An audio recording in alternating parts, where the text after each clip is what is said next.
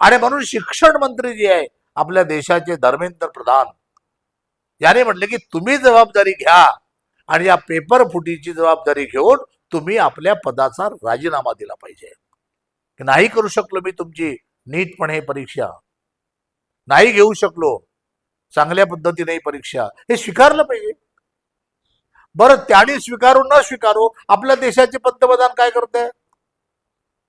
आपल्या देशाच्या पंतप्रधानाला काही तर शरम वाटली पाहिजे, काही तर लाज वाटली पाहिजे की माझ्या या सरकारचा प्रमुख मी आहे आणि माझ्या काळामध्ये हा सगळा प्रकार चालू आहे. किमान त्या माणसांनी धर्मेंद्र प्रधानला सांगितलं पाहिजे होतं, बाबा जबाबदारी घे आणि राजीनामा दे. बिरसा क्रांती दल या यूट्यूब चॅनलला सबस्क्राईब करा आणि या व्हिडिओला लाईक आणि कॉमेंट करा. जय सेवा, जय भीम, जय आदिवासी. धन्यवाद. बिरसा क्रांती दल यूट्यूब चॅनलच्या सर्व दर्शकांना, प्रेक्षकांना माझा जय सेवा, जय भीम, जय बिरसा. बऱ्याच दिवसानंतर पुन्हा आपण एकदा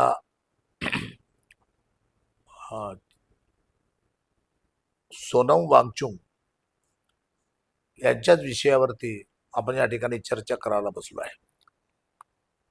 माझ्यासोबत अमरावती जिल्ह्याचे आमचे अरुण कोडापे, त्यानंतर आमचे IT सेलचे प्रमुख अखिल उईके आणि माझ्यासोबत आलेले आमचे विनोदजी काळे या ठिकाणी आहेत. आणि आज आपण पुन्हा एकदा सोनम वांगचुक यांच्या आंदोलनाच्या संदर्भामध्येच आपल्याशी चर्चा करावी असं आम्हाला वाटायला लागलेलं आहे. त्याचं कारण असं आहे की भारताचा एक वैज्ञानिक ज्याचं जगामध्ये नाव आहे, ज्यांना शिक्षण तज्ज्ञ म्हणून ओळखले जाते, ज्याने शिक्षण हे स्किल बेस शिक्षण असावं, या आधारावर त्यांनी आपले शिक्षणाची धोरण तयार केलं, शिक्षणाचं धोरण तयार केलं. आणि ते धोरण इतकं प्रभावी होतं म्हणून आपल्या इकडल्या फिल्म मेकर आमिर खाननी त्यांच्यावरती 3 इडियट नावाचा सिनेमा काढला, पिक्चर काढला. त्यांचं जे धोरण, शिक्षणाचं धोरण भारत सोडून अनेक देशांना ते प्रेरणादायी वाटलं, आवश्यक वाटलं. म्हणून त्यांचं ते धोरण अनेक देशांनी त्यांच्याकडनं मागवून घेतलं आणि आपल्या देशामध्ये ते राबवण्याची प्रक्रिया ती माणसं करतायत. हा माणूस पर्यावरणवादी, पर्यावरणाची किंवा त्यांचं संवर्धन कसं करावं, पर्यावरणाशिवाय माणूस जगू शकत नाही असं एकंदरीत धोरण ठरवून जगणारा, वागणारा माणूस, अत्यंत मितभाषी. त्यांच्याकडनं कधी कुणाला वाईट शब्द त्यांच्या मुखातून कधी उच्चारले गेले नाही. त्यांच्यावर अन्याय करणाऱ्या विरुद्ध सुद्धा ते अनर्गल शब्दांनी कधी त्यांच्याशी भाष्य केलं नाही. इतका मितभाषी माणूस. आणि हा माणूस जेव्हा भारतातल्या विद्यार्थ्यांच्या जीवनाशी किंवा त्यांच्या स्वप्नांचा खेळखंडोबा होतोय, हे बघून तो स्वस्थ बसू शकला नाही. इतर लोक, अनेक लोक स्वस्थ बसले, पण सोनम वांगचुक हा अस्वस्थ झाला. त्यांना वाटलं की या विद्यार्थ्यांना न्याय मिळालाच पाहिजे आणि म्हणून तो विद्यार्थ्यांच्या आंदोलनामध्ये सक्रिय झाला. केवळ सक्रिय झाला असातला भाग नाही, कारण तसे सक्रिय खूप लोक होतात, पण त्यामध्ये पुढाकार घेऊन स्वतः उपोषणाला बसणं आणि विद्यार्थ्यांची बाजू लावून धरणं. काय बाजू आहे विद्यार्थ्यांची? नीट नावाची परीक्षा आपल्याकडे झाली आणि ही परीक्षा कशासाठी होते? ही परीक्षा होते आपल्या इथलं मेडिकल फील्डमध्ये जाणाऱ्या विद्यार्थ्यांची ती टेस्ट असते. आणि ती टेस्ट भारतातल्या जवळजवळ 22 लाख विद्यार्थ्यांनी ही टेस्ट दिली. आणि ही दिल्यानंतर गव्हर्नमेंटनं जाहीर केलं की या टेस्ट मधले पेपर फुटले, पेपर विकल्या गेले, करोडो रुपयात पेपर विकले. आता हे विकणारे कोण? लोकांसमोर आलं. विकणारे त्यांचीच माणसं, परीक्षा घेणारी त्यांचीच माणसं. म्हणजे एक मोठं रॅकेट या देशामध्ये काम करत होतं. पण या निमित्तानं ते बाहेर आलं आणि बाहेर आल्यावरती 22 लाख विद्यार्थ्यांच्या स्वप्नांचा चुराडा झाला. त्यांच्या घरच्यांनी काय काय वेक वाक करून या पोरांचं ट्रेनिंग केलं असेल, त्या पोरांनी किती दिवस रात्र डोळे फोडून आपला अभ्यास केला असेल एका स्वप्नांच्या असेल, आणि ते स्वप्न या पद्धतीनं या सरकारने बेचिराग करून टाकलं. आणि म्हणून विद्यार्थी रस्त्यावरती उतरले. काय विद्यार्थ्यांचं म्हणणं आहे? साधी मागणी आहे की या पेपर फुटीची जबाबदारी या सरकारनं घ्यावी. या सरकारने, सरकारमधल्या कुणातरी मंत्र्यांनी याची जबाबदारी स्वीकारली पाहिजे. कारण पेपर फुटीचं प्रकरण हे आजच झालंय का? हे एकदाच झालंय का? दरवर्षी हाच प्रकार सुरू आहे. कोणतीही परीक्षा असो, पेपर फुटल्या जातात, पेपर विकल्या जातात, विकणाऱ्यांची टोळी छानपैकी पैसे कमावते. असं सगळं भारतामध्ये चाललंय. आणि म्हणून या सगळ्यांची जबाबदारी कुठल्या तरी मंत्र्यांनी घेतली पाहिजे.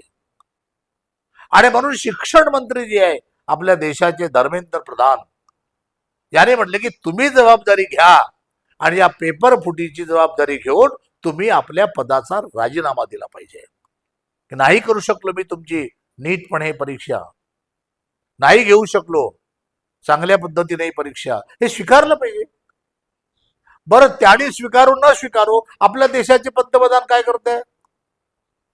आपल्या देशाच्या पंतप्रधानाला काही तर शरम वाटली पाहिजे, काही तर लाज वाटली पाहिजे की माझ्या या सरकारचा प्रमुख मी आहे आणि माझ्या काळामध्ये हा सगळा प्रकार चालू आहे.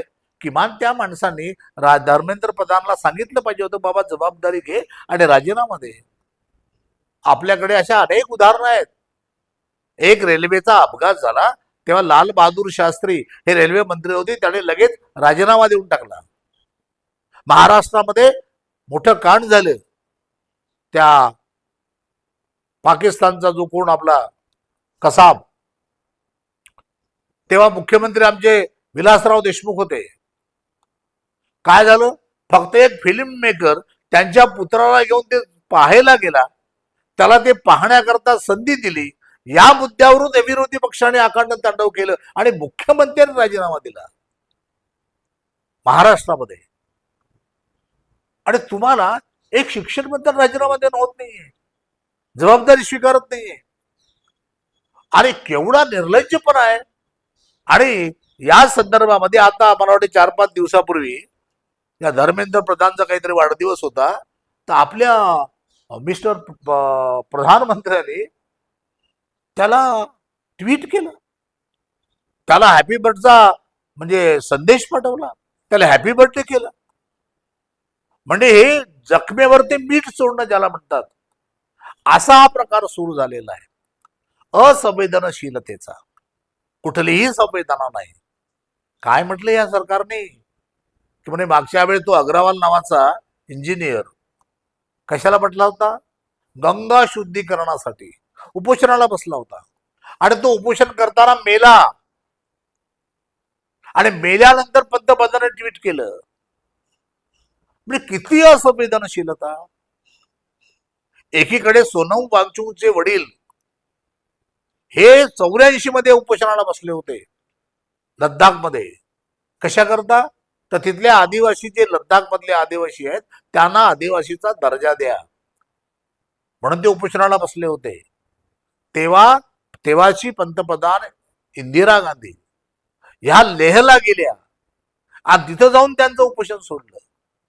ही संवेदनशीलता राजकारण्यांमध्ये, सत्ताधाऱ्यांमध्ये असली पाहिजे. पण अलीकडचं जे आपलं सरकार आहे याच्यामध्ये कुठलीही असंवेदनशीलता नाही आहे. अहंकारामध्ये डुबलेलं आहे. प्रचंड घमंडी सरकार झालेलं आहे. त्याला जनतेचं काय हो काही देणं घेणं नाही आहे. त्यांना फक्त याचे फोडा त्याचे फोडा खासदार फोडा, आपल्याकडे वळवा, प्रचंड पैशांचा स्रोत वापरा, असं अतिशय इल्लिगलपणे हे सरकारचं असंवैधानिक पद्धतीने काम सुरू आहे.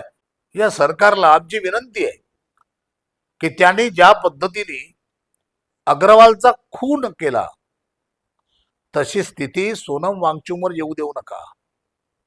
सोनम वांगचुकचे प्राण अतिशय देशाकरता महत्वाचे आहे, ते वाचले पाहिजे, ते वाचवा अशी आमची तुम्हाला विनंती आहे. आणि जर तसंच झालं अग्रवाल सारखं, का तुमची जी मनस्थिती आम्हाला दिसते तुम्ही त्याच मनस्थितीमध्ये वागतात, जर तसं झालं तर हा भारत देश तुम्हाला कधीही माफ करणार नाही, हे एवढं मात्र आमची आपण नोंद घ्यावी एवढी मी आपल्याला विनंती करतो. धन्यवाद. बिरसा क्रांती दल या यूट्यूब चॅनलला सबस्क्राईब करा आणि या व्हिडिओला लाईक आणि कॉमेंट करा. जय सेवा, जय भीम, जय आदिवासी. धन्यवाद.